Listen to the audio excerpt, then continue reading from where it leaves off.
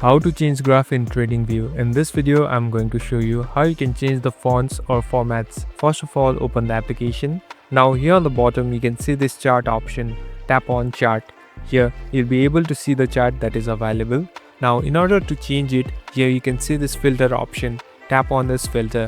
Here, scroll down. Now you'll be able to see the option called chart type. Tap on chart type. Here, there are different options that are available. So as you can see, there are bars, hollow candles, volume candles, lines. So select the one that you want to change into. Just tap on it. So as you can see, it has been completely changed. The chart has been completely changed. So you can change other formats too by going on the same option here on the chart type.